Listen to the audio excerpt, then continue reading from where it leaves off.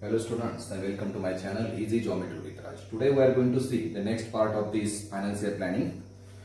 We have given more information.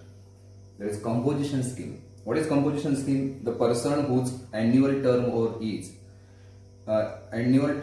in the previous financial year is less than 1.5 crore can opt for composition scheme under GST rules.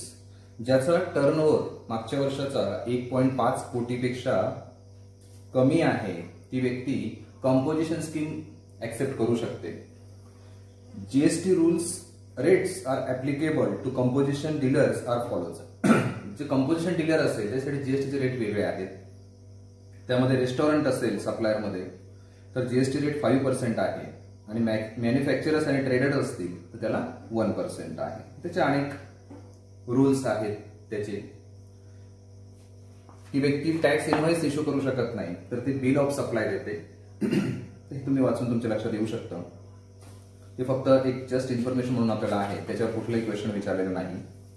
त्यानंतर IGST म्हणजे काय? Integrated GST, interstate trade. Interstate trade म्हणजे एका राज्यातून दुसऱ्या राज्यामध्ये होणारा व्यवहार. नंतर पुढचं महत्वाचा टॉपिक आहे जो आपल्याला विचार करायचा आहे की प्रत्येकाला आपण जे काही उत्पन्न मिळवतो त्याच्यातला काही भाग सेव्हिंग करायची इच्छा असते, गुंतवणूक करायची इच्छा असते. मग गुंतवणूक कुठं कुठं केली जाते? त्यामध्ये म्युच्युअल फंड आहेत, बॉन्ड्स आहेत, फिक्स्ड डिपॉझिट आहेत, रिकरिंग डिपॉझिट जे आरडी पोस्टामध्ये खातं उघडलं जातं आरडीचं. पुढचं आहे शेअर्स. नंतर इन्शुरन्स, प्रॉव्हिडंट फंड, इममुवेबल प्रॉपर्टी त्यामध्ये शेती किंवा आणखी घर किंवा आणखी इतर गोष्टी येतात. ज्वेलरी, सोने चांदी या सगळ्या गोष्टीचा फरक समावेश होतो. नंतर दुसरं नवीन एक प्रकार आला त्याला एसआयपी म्हटलं जातं. आता एसआयपी म्हणजे काय? Systematic investment plan. म्हणजे काय तर दर महिन्यात तुम्ही थोडी थोडी रक्कम त्याच्यामध्ये गुंतवत जातात आणि मग काही वर्षांतर तुम्हाला त्याच्यावरती व्याज मिळतं आणि एकूण रक्कम तुमच्या हाती येते. तर अशा पद्धतीने हे सगळं आहे. तर आपल्याला या वर्षी जो विचार करायचा आहे तो सगळ्यात महत्वाचा पार्ट आहे तो शेअर्स. तुम्ही कायम शेअर मार्केट हा शब्द ऐकत असाल. आता नेमकं शेअर्स म्हणजे काय? जेव्हा एखादी व्यक्ती एक व्यवसाय सुरू करते ती एकटीच असते. एखादं दुकान असेल तर तो एकच व्यक्ती असेल तर तो त्याचा मालक असतो, प्रोप्रायटर असतो. ज्यावेळेस थोडासा व्यवसाय मोठा असतो, 2-3 पार्टनर येतात त्यावेळेस त्या ठिकाणी पार्टनरशिप येते. परंतु याच पार्टनरशिप येते, ते एकत्र येतात, भांडवल उभं करतात, capital, they raise capital to establish their business. आणि जेव्हा ते कॅपिटल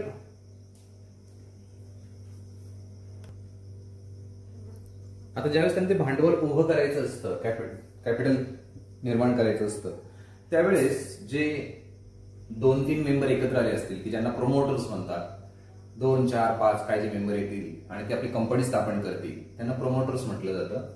संस्थापक असतात ते त्या कंपनीचे.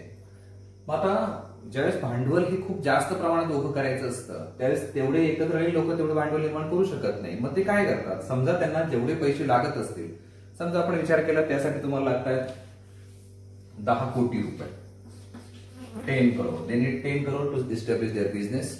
मग ते काय करतात? तेवढे 4 लोक तर 10 कोटी उभे करू शकत नाही. मग ते काय करतात? त्याचे भाग करतात, पार्ट करतात. हे पार्ट 1 रुपयाचे असू शकतील, 2 रुपयाचे, 5 रुपयाचे, 10 रुपयाचे, 100 रुपयाचे. अशा पद्धतीने भाग करतात. मग त्याचा एक भाग एवढ्या रकमेचा असू शकतो. म्हणजे 100 भाग केले. किती भाग केले?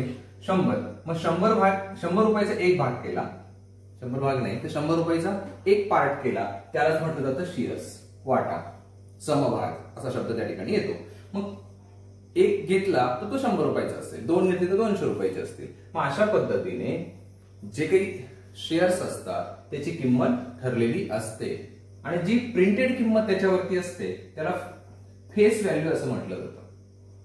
पण आता होतं काय नेमकं की ज्या वेळेस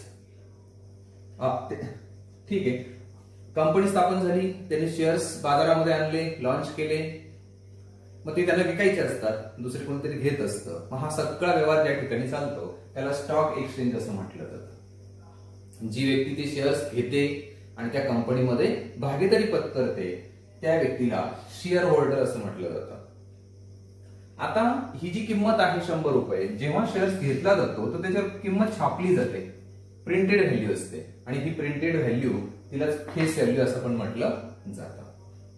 कंपनी स्थापन होते, स्थापन झाल्यानंतर ती वेगवेगळ्या प्रकारचा नफा कमवते, प्रसिद्ध होते, नफा कमवते. अशा वेळेस काय होतं की जर ती प्रॉफिट कमवत असेल तर शेअर्स जरी 100 रुपयाचा असला आणि संख्या शेअर्सची फिक्स असते, जेव्हा कंपनी स्थापन होते शेअर्स काही दरवर्षी वाढत नाही. एकदा ज्यांनी मार्केटमध्ये त्यांनी शेअर्स लॉन्च केले, बाजारात आणले की ती त्याची संख्या कमी असते आणि ती पुढे वाढवत नाही. ती नंतर ठीक आहे, नंतर वेगळ्या प्रकारे ती वाढवता येते, पण जनरली ती वाढवली जात नाही, ती फिक्स राहते. मग अशा वेळेस काय होतं की कंपनी जर जास्त नफा मिळवत असेल आणि लोकांना ती आवडत असेल गुंतवणूक करण्यासाठी की हो ही कंपनी आपल्या गुंतवणुकीसाठी योग्य आहे, अशा वेळेस काय होतं की त्यांचे जे शेअर्स आहेत ज्याची किंमत खरं तर 100 रुपये होती ती त्यापेक्षा जास्त होते, कधी 200 रुपये होते, कधी 300 रुपये होते. मग ती जी वाढलेली किंमत असते प्रिंटेड किमतीपेक्षा तिला म्हणतात मार्केट व्हॅल्यू. तिला काय म्हणतात? Market value. जेव्हा मार्केट व्हॅल्यू जास्त असेल याचा अर्थ ती कंपनी प्रगती करते, प्रॉफिट कमवते. आणि जेव्हा मार्केट व्हॅल्यू ही फेस व्हॅल्यू पेक्षा कमी असणार आहे तर अल्टिमेटली ती कंपनी लॉस मध्ये आहे, तोट्यामध्ये आहे असं आपण म्हणू शकतो. त्यानंतर आता हे सगळं करत असताना हा व्यवहार ज्या ठिकाणी चालतो तो स्टॉक एक्सचेंज आहे, ते मुंबईला आहे.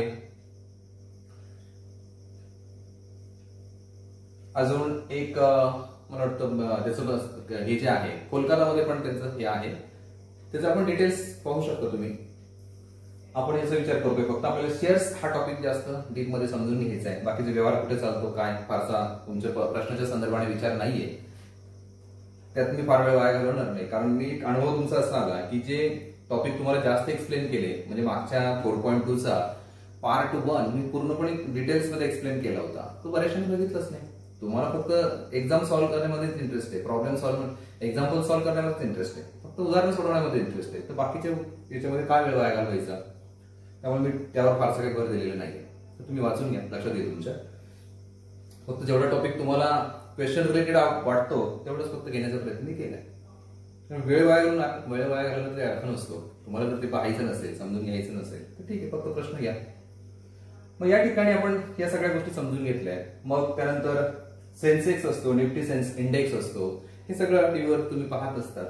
मग त्या ठिकाणी ट्रायंगल दिसतात दोन, एक ग्रीन ट्रायंगल दिसतो. तो ग्रीन ट्रायंगल असं दाखवतो की त्या कंपनीचं जे काही शेअरची जी व्हॅल्यू आहे मार्केट व्हॅल्यू ती वाढलेली आहे. आणि एक डाऊनवर्ड रेड ट्रायंगल असतो, तो असा शो करतो की ती कंपनीची जी काही व्हॅल्यू आहे त्या शेअर्सची ती कमी झालेली आहे.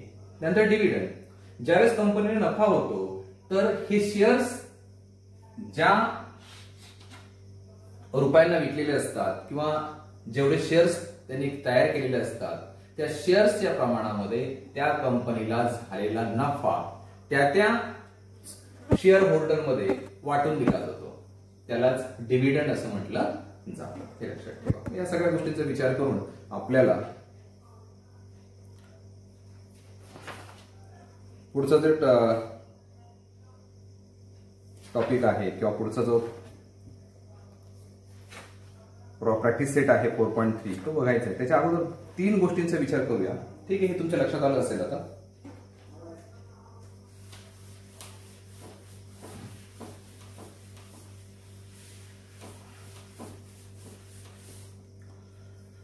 Comparison of FV and MV हे खूप महत्वाचं आहे. हा चार्ट लिहून ठेवा. Comparison of FV and MV, FV आणि MV चं कंपॅरिझन. त्यातलं पहिलं स्टेटमेंट आहे if market value is greater than face value then the share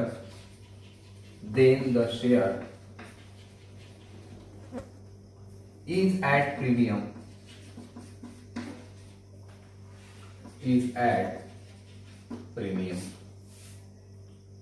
नंतर सेकंड आहे if market value is equal to face value then the share is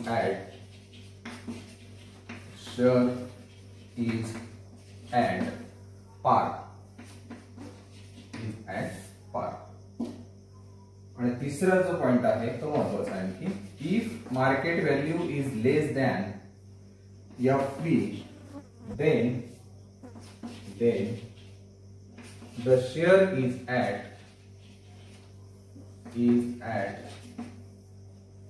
discount. Share is at discount. हे 3 वाक्य खूप महत्वाचे आहेत. याच्यावरून आपल्याला लक्षात येतं की जेव्हा उदाहरणामध्ये असं म्हटलं जाते the share is at premium, याचा अर्थ मार्केट व्हॅल्यू त्याची जास्त आहे, म्हणजे ती कंपनी नफा कमवते. नंतर दोघांची किंमत सारखी असेल तर शेअर इज ॲट पार असं म्हटलं जातं, म्हणजे त्या ठिकाणी त्यांना नफाही मिळत नाहीये आणि तोटाही होत नाहीये. तिसरी जी कंडिशन आहे त्या तिसऱ्या कंडिशन मध्ये मार्केट व्हॅल्यू ही फेस व्हॅल्यू पेक्षा, फेस व्हॅल्यू म्हणजे दर्शनी किंमत आणि मार्केट व्हॅल्यू म्हणजे त्याला मराठी शब्द जो आहे तो बाजारभाव असं म्हटलं जातं. जर मार्केट व्हॅल्यू फेस व्हॅल्यू पेक्षा कमी असेल तर त्यावेळेस त्या शेअर्सचं अवमूल्यन झालं आहे असं आपण म्हणू शकतो, म्हणजे ती कंपनी तोट्यामध्ये आहे हे लक्षात ठेवा. ही 3 कंपॅरिझन सेंटेन्सेस खूप महत्वाचे आहेत. पुढचं आहे सम इन्व्हेस्टेड. आपण जी गुंतवणूक करतो ती सम इन्व्हेस्टेड म्हणजे काय, तर total amount required to purchase the shares is sum invested. Total amount required to purchase the shares is called as the sum invested. मग सम इन्व्हेस्टेडचा फॉर्म्युला आपल्याला एक्झाम्पल्स मध्ये वापरायचा असतो. तो काय आहे नेमका, तर sum invested is equal to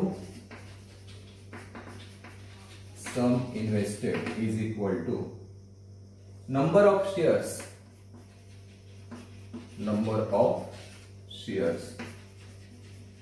into market value. आता शेअर्स खरेदी विक्री करताना त्याच्या फेस व्हॅल्यूवर खरेदी विक्री होत नाही, म्हणजे एखादा 100 रुपयाचा शेअर्स असेल आणि तो ज्याला खरेदी करायचा आहे तो 100 रुपयालाच मिळेल असं नाही. त्याची त्यावेळची मार्केट व्हॅल्यू असेल, कंपनी नफ्यामध्ये असेल तर तो शेअरची किंमत वाढलेली असेल, म्हणजे 100 रुपयाच्या शेअरची किंमत किंवा 10 रुपयाच्या शेअरची किंमत ही 100 रुपये, 200 रुपये, 300 रुपये पण असू शकते. मग अशा वेळेस खरेदी करताना तुम्हाला त्या मार्केट व्हॅल्यू प्रमाणेच खरेदी करावी लागते किंवा विक्री करावी लागते. नंतर पुढचा जो घटक आहे तो खूप महत्वाचा आहे, जो एक्झाम्पल मध्ये आपल्याला विचारला जातो, रेट ऑफ रिटर्न. पुढचं जे आहे ते रेट ऑफ रिटर्न. याचा अर्थ काय नेमका, म्हणजे ज्यावेळेस आपण एखाद्या ठिकाणी गुंतवणूक करतो तर गुंतवणूक केल्यानंतर तिथून आपल्याला नफा मिळाला पाहिजे असं आपल्याला वाटत असतं, त्याच हेतूने आपण गुंतवणूक करतो. मग त्यावेळेस त्या कंपनीकडून जो नफा मिळाला, म्हणजे आपण गुंतवले किती आणि नफा मिळाला किती याचं जे प्रमाण काढलं जातं त्याला म्हणतात रेट ऑफ रिटर्न. किती रिटर्न मिळाला आपल्याला, किती टक्के आपला नफा झालाय हे त्या ठिकाणी विचारात घेतलं जातं. ते एक्झाम्पल मध्ये पण आपल्याला ते रेट ऑफ रिटर्न काढायचा असतो, ते त्यावेळेस आपण डिटेल्स मध्ये बघूया. ओके, तर सुरू करूया. Practice set 4.3.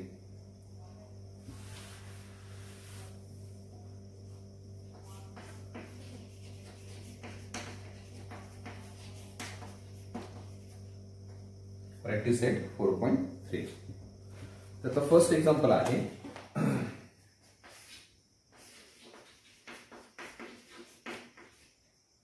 complete the following table.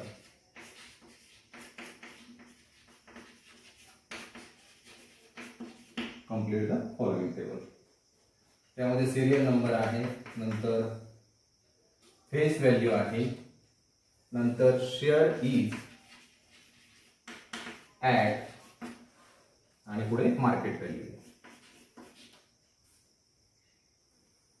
तो पहिला आहे फेस व्हॅल्यू त्याची 100 रुपये.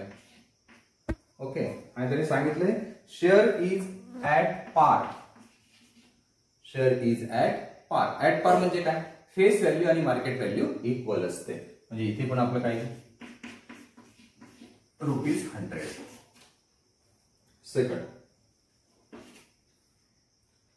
Premium. Share is at premium ₹500. ₹500 आणि मार्केट व्हॅल्यू त्याची जी आहे ती आहे ₹575. म्हणजेच याचा अर्थ काय होतो इथे,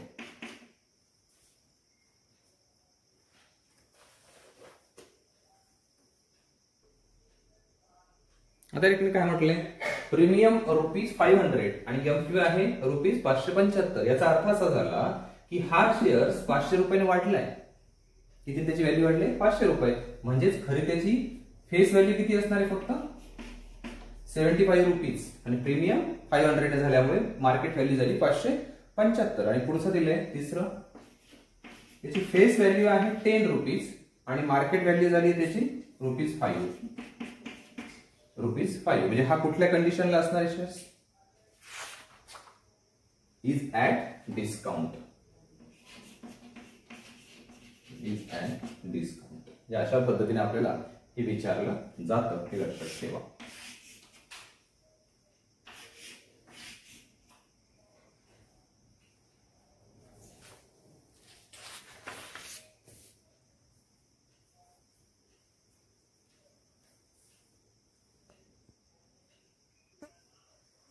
Okay, now see the next example. Mr. Amor purchased 50 shares of face value. Solution बघा. Number of shares equal to 50 of face value ₹100. FV is equal to ₹100. When the market value of the share was ₹80, that is MV is equal to ₹80. Company had given 20% dividend. Dividend rate is equal to 20%. Find the rate of return on investment. That is, we have to find the ROR. What? Rate of return आपल्याला find out करायचा. आता एक गोष्ट लक्षात घ्या, जी गुंतवणूक केली जाते ती कशावर करतो आपण? मार्केट व्हॅल्यू वरती. मग त्यालाच आपण म्हणतो सम invested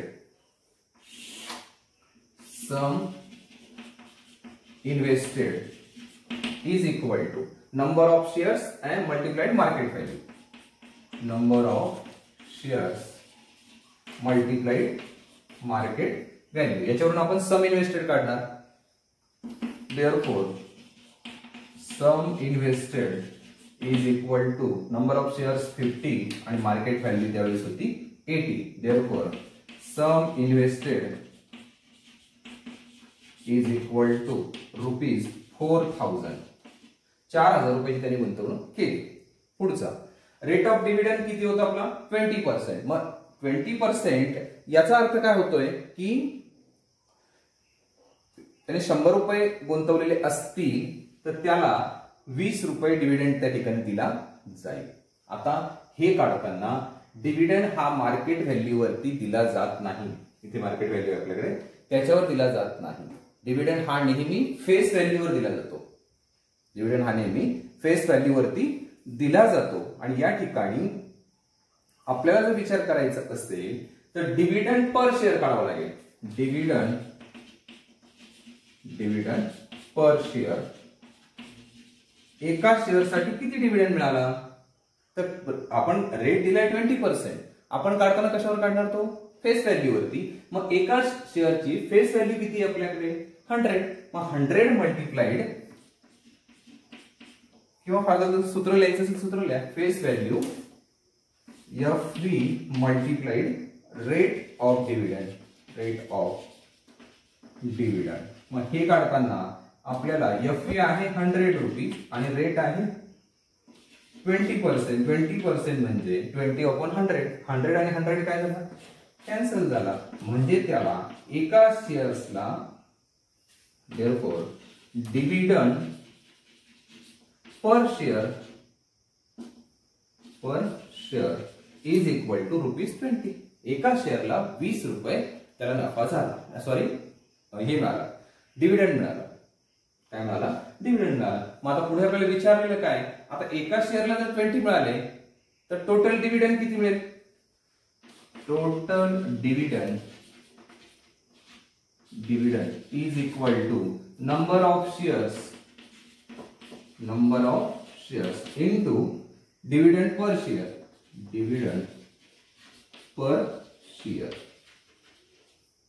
is equal to 50 into 20. Shares आपल्याकडे फक्त 50 आहेत. म्हणजे is equal to ₹50 1000 एवढा डिव्हिडंड त्याला मिळाला. टोटल डिव्हिडंड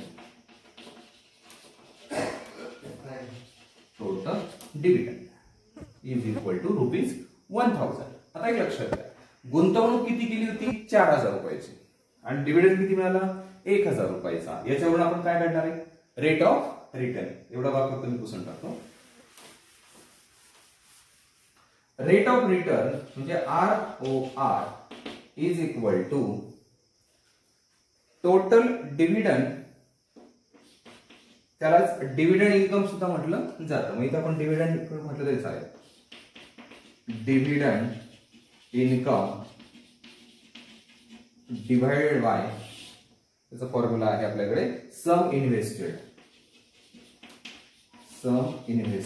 याच्यावरून आपण रेट ऑफ रिटर्न काढू शकतो. इज इक्वल टू डिव्हिडंड आपल्याला मिळालाय 1000 रुपये आणि गुंतवले होते 4000 रुपये. Is equal to 1/4. याच्यामध्ये आपल्याला मल्टिप्लाय 100 करावं लागेल इथे, कारण आपण पर्सेंटेज काढतोय. मल्टिप्लाय 100. आता 4 ने 100 ला डिवाइड करा. 4 1 जा 5, 25. म्हणजे इथे रेट ऑफ रिटर्न जो आहे तो आलाय 25%. त्याला 25% परतावा मिळालाय. त्याचा रिटर्न म्हणजे परतावा.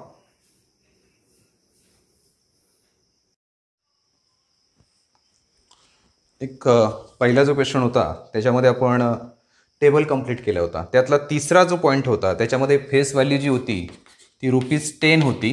नंतर मध्ये विचारलं होतं शेअर ॲट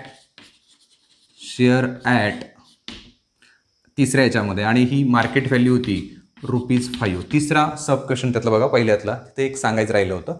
मग आपण काय म्हटलं, शेअर इथे किंमत कमी झाली, मग share is at discount.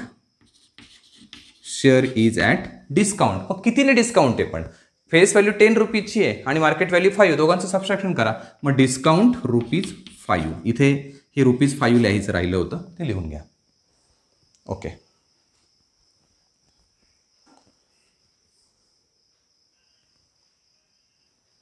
Now see company एचे Joseph purchase following shares, find his total investment. त्याने 3 कंपन्यांकडून शेअर्स घेतले आणि आपल्याला विचारलंय की त्याने टोटल इन्व्हेस्टमेंट किती केली. आता पहिल्या कंपनीकडून 200 शेअर्स घेतले, त्यामध्ये फेस व्हॅल्यू आहे ₹5, पण ते जे शेअर्स आहेत, the shares is at premium ₹18 जास्त आहे. मग market value MV of shares of company A is equal to, त्याची फेस व्हॅल्यू जेवढी आहे त्याच्यात इथे फेस व्हॅल्यू ₹2 आहे, 5 नाही. येस, ₹5 आहे, सॉरी 2 आहे, ते खालचं उदाहरण येते 5चं. ओके. मग कंपनी ए त्याच्याकडून शेअर्स 200, फेस व्हॅल्यू ₹2 आणि प्रीमियम 18. मग काय होईल, त्याची मार्केट व्हॅल्यू काय होईल, 2 + 18 इज इक्वल टू ₹20. ओके. मग investment in company A, investment in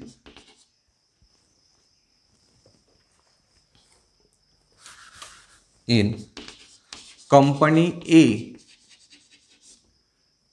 is equal to number of shares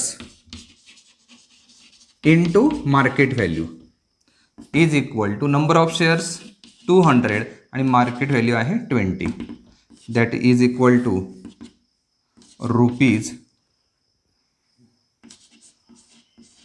₹4,000. therefore investment in company A is equal to ₹4,000. नंतर investment in company B, investment in company B is equal to number of shares into market value is equal to, number of shares आहे 45, त्याला market value 500 is equal to ₹5 × 5 25, 2 5 × 4 2 22 आणि 2 0 तसेच 22,500. therefore investment in company बी मध्ये जी investment केली ती 22,500 500 इथपर्यंत पुढचं सांगतोय.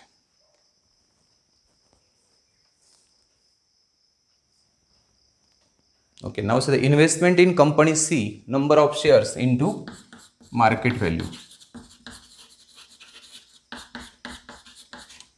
Number of shares आहे 1 आणि त्या शेअरची मार्केट व्हॅल्यू आहे 10,540 is equal to rupees 10,540. Investment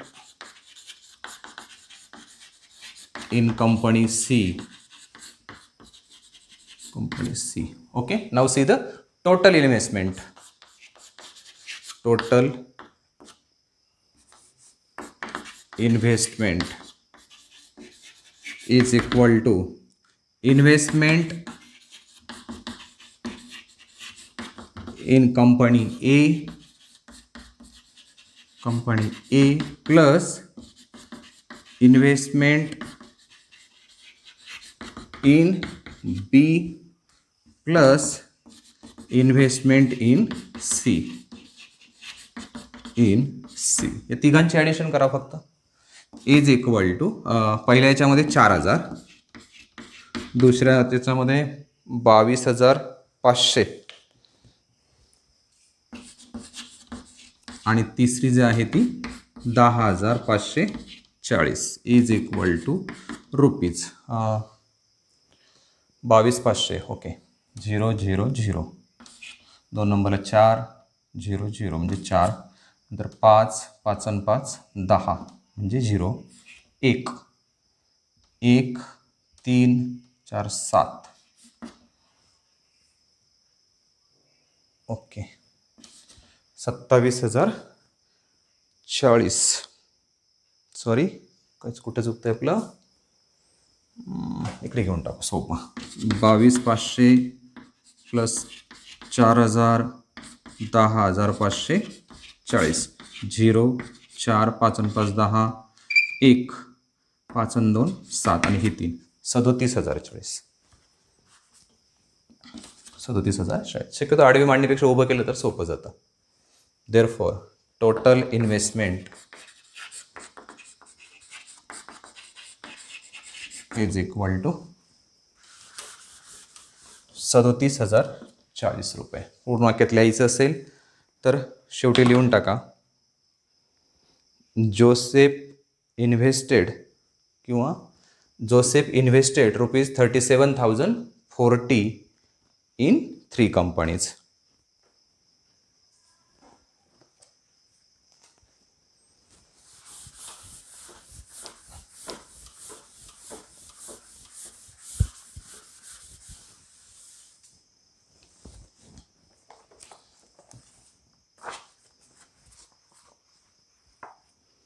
Fourth question. Shrimati Deshpande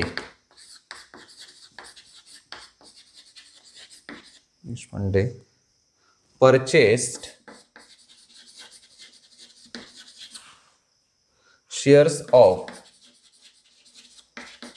face value ₹5 at a premium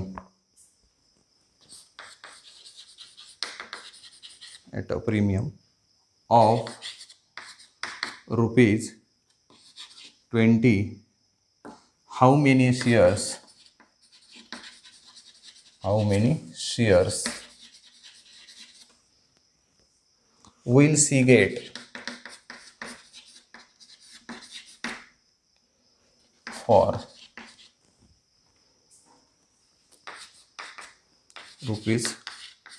₹20,000?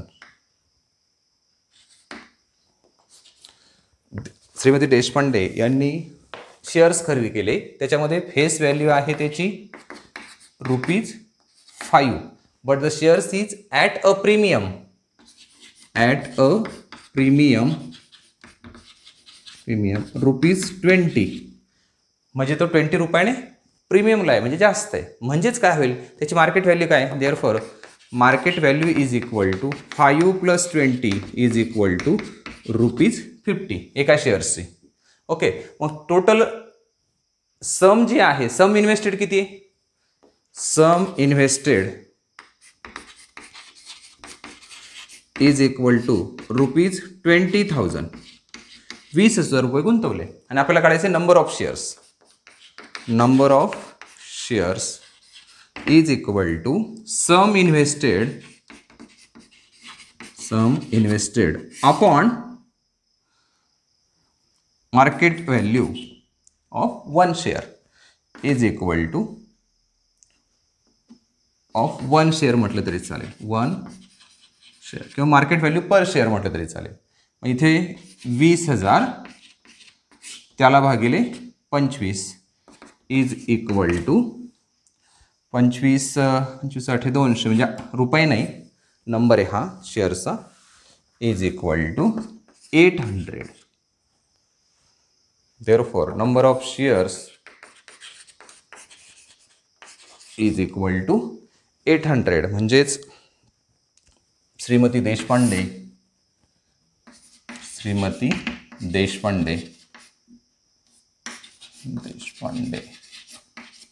will get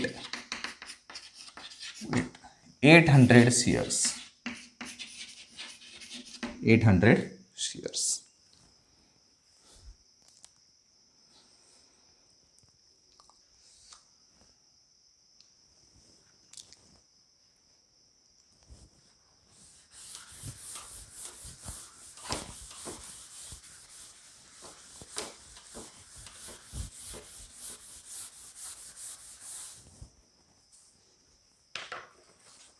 Now see question number 5. Sri Shantilal has purchased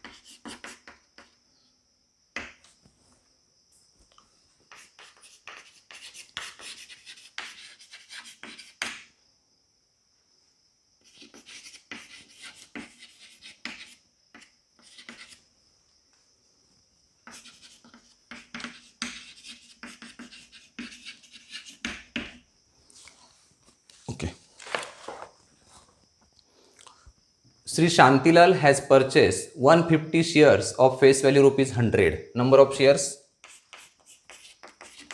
Number of shares is equal to 150. Face value is equal to ₹100 for MV of ₹120.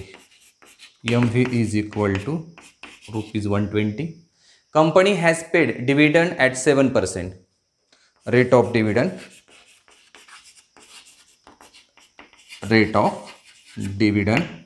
is equal to 7%. Find the rate of return on his investment. मग sum invested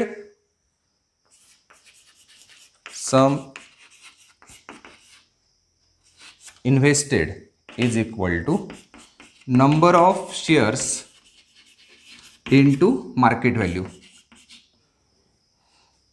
is equal to number of shares 150 आणि market value आहे 120 is equal to 0 0 12 5 60 6 12 1 12 6 18,000. Therefore, sum invested is equal to ₹18,000.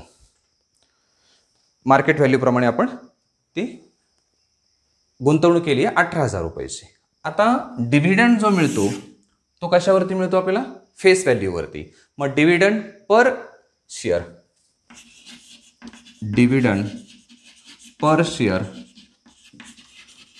Is equal to प्रत्येक शेअरचा dividend जो असेल तो आपल्याला काढायचा आहे. तर face value into rate of dividend, FV into rate of dividend, face value into rate of dividend. मग डिव्हिडंड पर शेअर काय होईल आपला, dividend per share is equal to, एका शेअरची फेस व्हॅल्यू आहे 100 रुपीज आणि रेट ऑफ डिव्हिडंड आहे 7% म्हणजे 7/100. 100 कॅन्सल झाले, is equal to ₹7.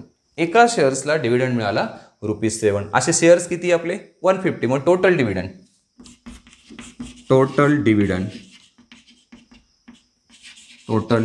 Is equal to number of shares into dividend per share,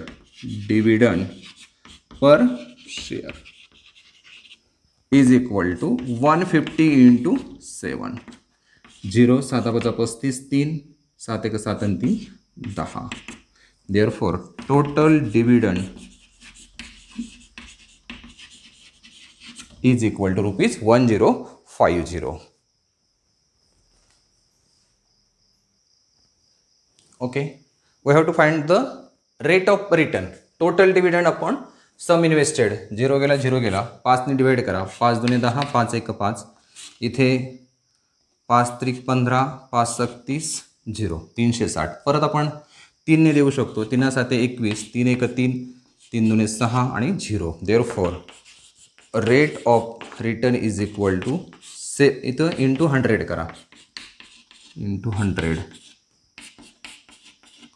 upon 120. Therefore, rate of return is approximately, हे divide केलं तर हा येतो 5.83. ही अप्रॉक्स व्हॅल्यू आहे, एक्झॅक्ट व्हॅल्यू येणार नाही. 5.383 समथिंग येतं, ते आपण ॲडजस्ट केलं आहे तिथे.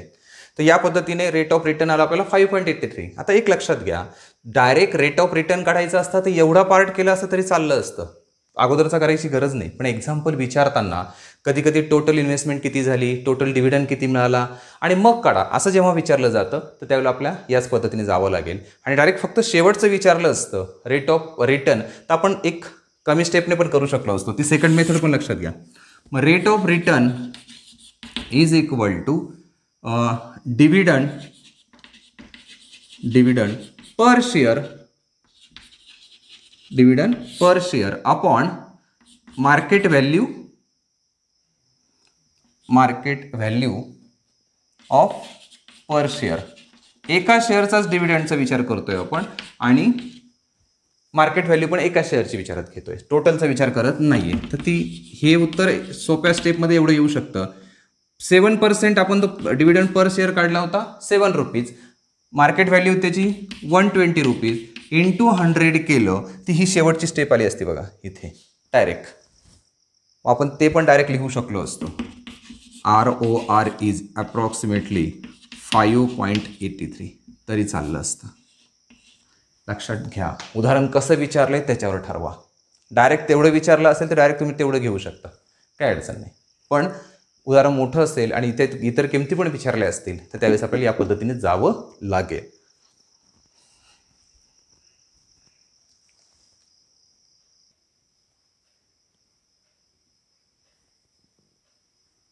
Okay, now see the next example. If the face value of both the share is same, then which investment out of the following is more profitable? कोणती इन्व्हेस्टमेंट जास्त प्रॉफिटेबल एवढं विचारलंय.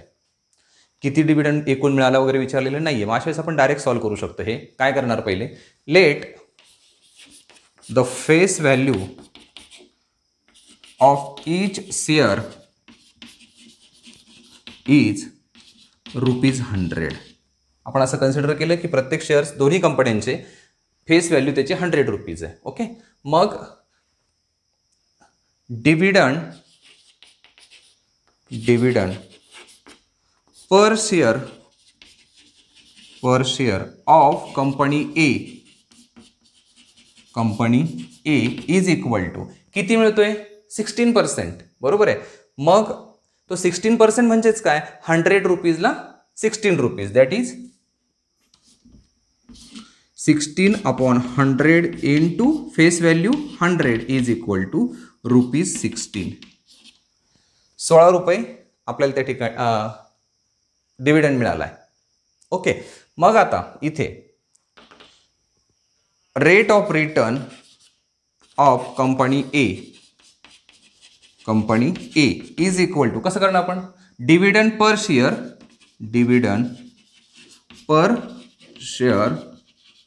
Divided by market value per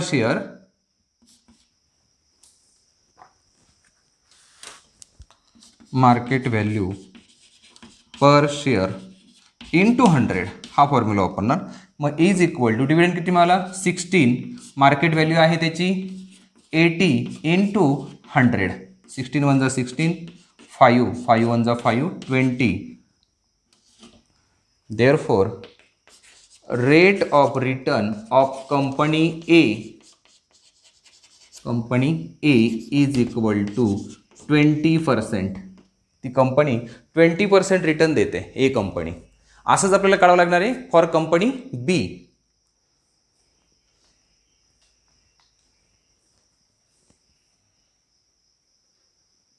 okay, now see the rate of return of company B. मग त्याच्या अगोदर dividend per share of company बीचा dividend per share कसा काढणार आपण, रेट काय त्याचा 20/100 इंटू फेस व्हॅल्यू किती आहे 100 रुपीज. काहीतरी चुकतंय आपलं, बरोबर आहे, ते 20चे परत ₹20. मग rate of dividend per share आला आपला 20, मार्केट व्हॅल्यू आहे त्याची 120 into 100, 6, that is 100 divided by 6. म्हणजे ते किती येणार आहे जर केलं तर आपण, 6 1 6 40 झाले, 6 6 36, परत 4 6 6 6 येत जाणार आहे. म्हणजेच अप्रॉक्सिमेटली किती होईल 16.67%. आणि मागचं जे आपलं आलं होतं तो जो रेट ऑफ रिटर्न होता आपला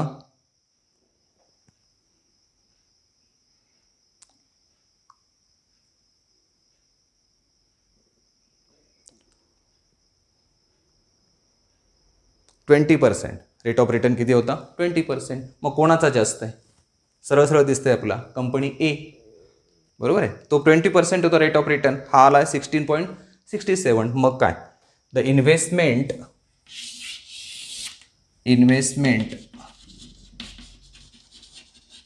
in company A is profitable.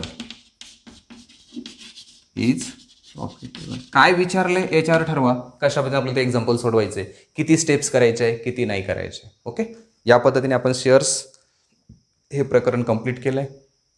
2-3 गोष्टी पक्क्या डोक्यात ठेवा. एक फेस व्हॅल्यू म्हणजे काय, मार्केट व्हॅल्यू म्हणजे काय, नंतर डिव्हिडंड कसा काढला जातो, डिव्हिडंड नेहमी फेस व्हॅल्यूवरती मिळतो, मार्केट व्हॅल्यूवरती नाही. आणि रेट ऑफ रिटर्न जो असतो तो dividend per share upon market value per share.